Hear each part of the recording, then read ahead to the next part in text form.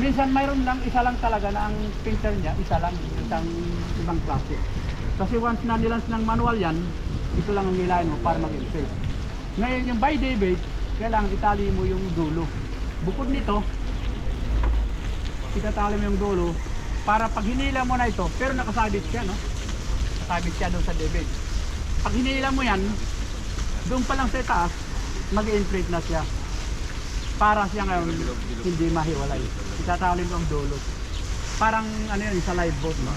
Kaya yun ang tandaan nyo sa live rock na minsan makita mo tatlo ito, no? Tatlo, bakit saan hindi sobra na ito? Nakasalang. Yun ang ginagamit. Ito ang tawag nito is balis, ano? Kung sa English is balis. Balis yan. Pag na ano ngayon yan, pag na bumuka, yun ngayon ang pantali. Gubin mo yun para hindi bumagsak diretso sa dagat. So ito yung live strap. Makita nyo, laging may marka yan.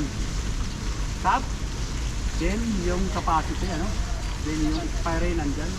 All fine. Ito yan. Ito naman yung lasing, ano? Ito yung lasing.